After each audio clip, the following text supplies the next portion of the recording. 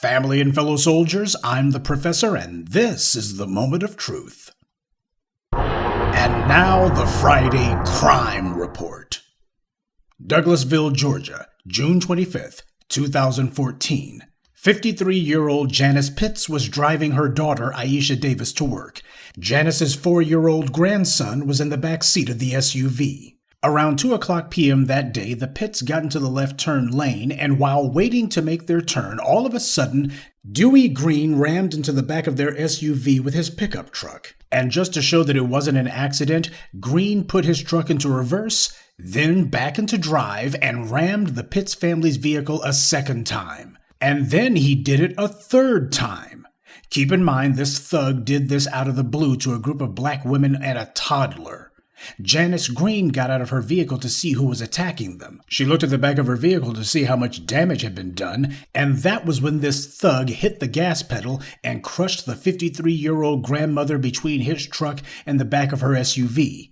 Aisha Davis got out of the vehicle now and began banging frantically on the window to the thug's truck, pleading with him to stop crushing her mother with his vehicle. Instead of stopping, Green put the truck into reverse, just enough to allow Janice Pitts to fall to the pavement. Then this demonic creature threw the truck into drive again and ran over her. Then he backed over her. Green then tried to get away by going over the median and over a grassy knoll, but his truck ended up sideways. Onlookers were then able to stop this criminal's rampage and hold him for the police. An ambulance had been called for Janice Pitt, but it was already too late. She was dead. A witness said that Janice's 4-year-old grandson had been looking out the window down at the lifeless, mangled body of his grandmother. Amazingly, the police in Georgia actually did their job for once, and Dewey Green was arrested, and at his arraignment he was ordered held without bail. He was charged with murder, aggravated assault, and aggravated battery. Naturally, the white media immediately began trying to humanize and get sympathy for this thug. They ran the usual stories where they tell us that he went to high school and describing him as a, quote, extreme sports and photography enthusiast. That's the usual white media slant on the news. If it's a black person accused of a crime, all you talk about is whether or not the person had any priors. And if they didn't have any priors, well, you talk about the alleged crime itself and how much harm was done in the victims' families. But on the other hand, if it's a white person who's been accused of a crime, well, you talk about he went to high school and his favorite flavor of ice cream and, oh, he really likes puppies and he has a good relationship with his mom, etc. This, however, is the real Dewey Green, the one that the white media wasn't talking about. And you won't be surprised at all to learn that this lawless murderer has a long criminal record going back to his childhood. Although he was from Alabama, he's committed crimes in a number of states. In 2009, he had run-ins with the law for traffic violations and criminal mischief, but Green was a juvenile, so those cases were sealed. He had been arrested for drugs in both Alabama and Florida, but was granted youthful offender status. In 2011, Green was convicted of reckless driving in Alabama for driving 99 miles per hour. That same year, he was investigated for harassment involving a church. But he has genetic immunity from law, so no charges were filed. In 2012, he was convicted for possession of marijuana and drug paraphernalia. He was sentenced to 3 years. Probation. So, as we've seen in so many other cases, there's an entire class of people in the U.S. who can commit crime after crime and nothing will be done until they do something so egregious and shocking that the authorities feel that enough people are watching and they gotta do something. But even then, the judicial system will twist itself into knots trying to let them go. We'll get to that in a moment. In 2015, this creature finally went to trial. Police established that Green had trace amounts of sedatives in his blood, but that he had acted intentionally when he rammed Janice Pitt's SUV 3 times, then ran over her and backed over her and drove off. You know, you don't have to be a quote-unquote law enforcement professional to have figured that one out, that this was intentional. However, Green's lawyers were trying to push a fairy tale that he had lost consciousness and possibly suffered a seizure after the first collision with the Pitts family vehicle. They claim to have a so-called expert witness who would claim that Green lost consciousness and would try to explain that this was the reason that he rammed into the back of Janice Green's SUV 3 times, and then rammed right into her and ran over her body a number of times. That's the reason why he lost consciousness. As we all know, these expert witnesses are paid liars who get money to concoct some implausible made-up story meant to rationalize what is a clear-cut intentional crime. This is what the police do all the time after they murder a black person. They have some so-called use-of-force expert who claims that Tamir Rice was responsible for his own death. These are legal whores who claim that because they have a degree or because they worked in some governmental capacity at one time or another, that a jury should take whatever they say seriously. But amazingly, in this case, the judge did his job and refused to dignify this ridiculous attempt to justify the unjustifiable, and the judge barred the expert witness because it was obvious they were lying. And why was the judge so dismissive of Green's defense that he had had a seizure or some other sort of medical incident? It was because prosecutors had shown a video in court taken 2 days after Green's arrest in which Green is shown jumping around and dancing while talking to his girlfriend via video conference, and in the video he's also shown doing wheelies in a wheelchair. Not at all the behavior of someone who suffers from seizures and loses consciousness frequently. When the jury went to deliberate the case, prosecutors revealed that Green had tried to tamper with the jury by asking his friends to call jury members to tell them his side of the story. Of course, we know what that was really about. That was him saying, "Get on the phone with some folks and tell them we know where y'all live." This was blatant jury intimidation that he was trying to do. Green was convicted on all counts and sentenced to life without parole, plus 40 years. That is exactly what he should have gotten. Let that animal rot in a cage. When Green heard the verdict and realized that his genetic immunity from law had failed, he lost it. The court will ask each of you a question regarding the verdicts. I'm not f***ing guilty.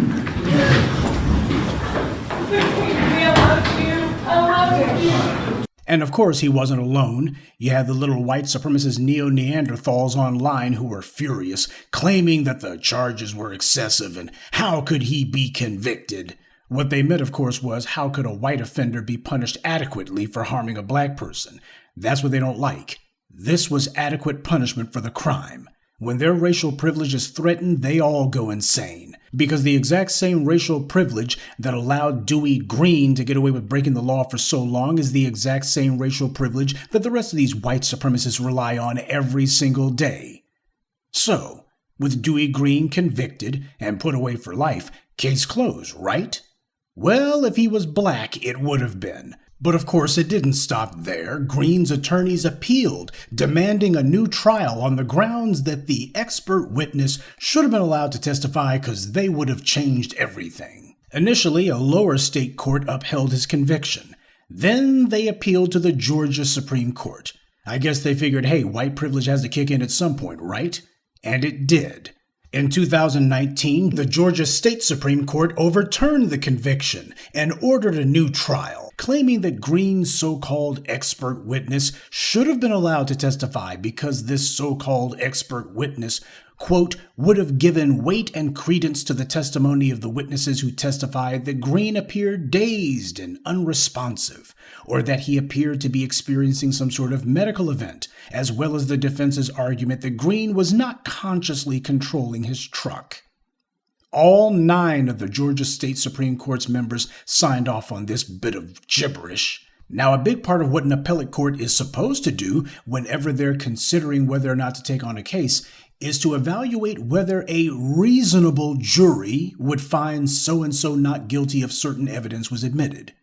Who thinks that a reasonable jury would actually believe that a man rams his truck into the back of a grandmother's SUV, then falls unconscious after that, and then puts his truck into reverse, only to immediately throw it right back into drive and ram her vehicle a second time, and then put his truck back into reverse, and then put it back into drive and ram her SUV a third time, and then he stops just long enough for his victim to get in front of his truck, Then he hits the gas and rams into her. Then he throws his truck into reverse for the 4th time, and then throws it back into drive so he can run over her corpse. And then he puts his truck back into reverse again so he can back over her, and then he drives off. He does all that while he's unconscious?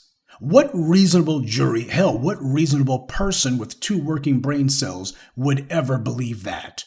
Green's lawyers were happy, of course, that the state Supreme Court decided to get on code for them because genetic immunity from law seemed to have finally kicked in. Green's family were doing a victory lap, throwing this perverted miscarriage of justice into the face of the innocent victims, saying, "We believe this will result in true justice for both families."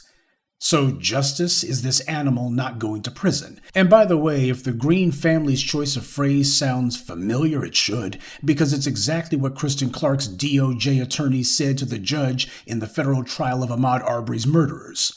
After Kristen Clark had been caught trying to give the murderers a sweetheart plea deal, they demanded that the judge ignore the family, and they said that would give them peace. See, when black people are the victims of a crime, particularly at the hands of a non-white assailant, the white media, the courts, everyone goes out of their way to tell us that allowing the people who harm us to go free is justice. Now, there's something you need to know about this animalistic thug, Dewey Green. If you live in the Birmingham area, that name probably sounds familiar to you, and it should, because Dewey Green is the grandson of one of Birmingham's former mayors, Cooper Green. So this guy comes from a family with political roots.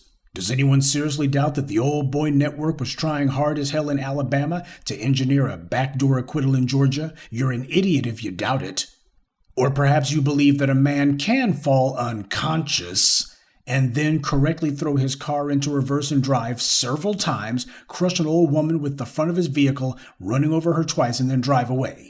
Whether it's the McMichaels who murdered Ahmaud Arbery, or the cases in Mississippi who I told you about yesterday who tried to murder a FedEx driver, or this case, you have all these Cletuses and Enuses running around committing crimes, and all of them have ties to the police, or in the case of Green, have direct blood ties to politicians. Well, Dewey Green got to have his new trial, and his so-called expert witness got to tell his fairy tale to a jury.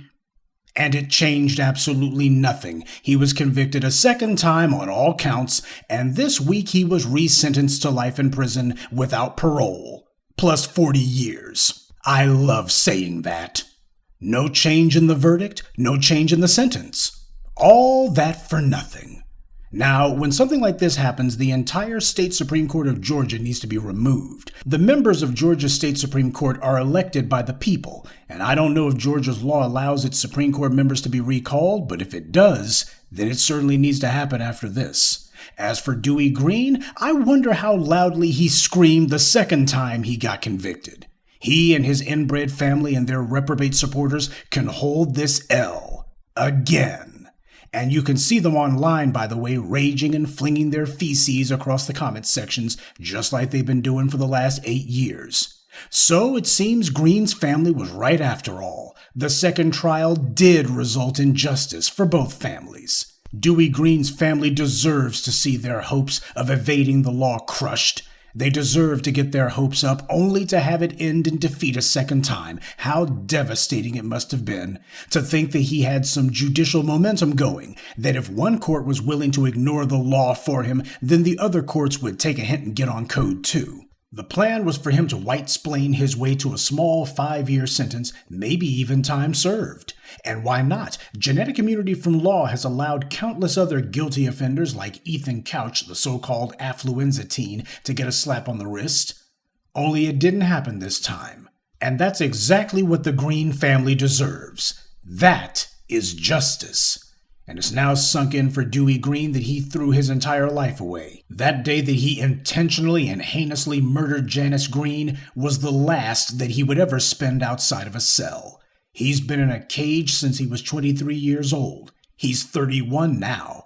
His family connections couldn't save him, and he'll continue to watch year after year pass by, which will turn into decade after decade, with his entire life spent looking at the same 4 walls. And he can spend that time asking himself if it was worth it. Because Dewey Green knows that he wasn't drunk that day. He wasn't high or unconscious either. Dewey Green is evil, just like his family and their reprobate supporters. He rammed his truck into the Pitts family vehicle deliberately. He ran down Janice Green deliberately, multiple times, because he's been allowed to spend his entire worthless life breaking the law with impunity, able to act on whatever sick impulse he has at the moment, because in 23 years he had never once been punished for his behavior. Until now. Of course he was going to eventually murder someone, because that's what always happens when privilege goes unchecked. It inevitably turns into malice and contempt for other human beings' lives. Well, I for one love the fact that this animal will never see the outside of a cage, and I think we can all appreciate the irony that Dewey Green can now look forward to spending the rest of his life getting rammed in the rear. Several times. And that's this week's Friday Crime Report. Keep your eyes open and stay on alert, because there's a lot worse criminals out there than the ones the white corporate media chooses to show you. Good day, and be one. I'd like to take a moment to mention some of our contributors. Fresner Peralt, Shannon Moore, Dondi Waddell, 2 Gigabytes Entertainment, and Michael Clark. Salute to them and thank you to everyone for listening, liking, and sharing this message. Black empowerment only exists because of you.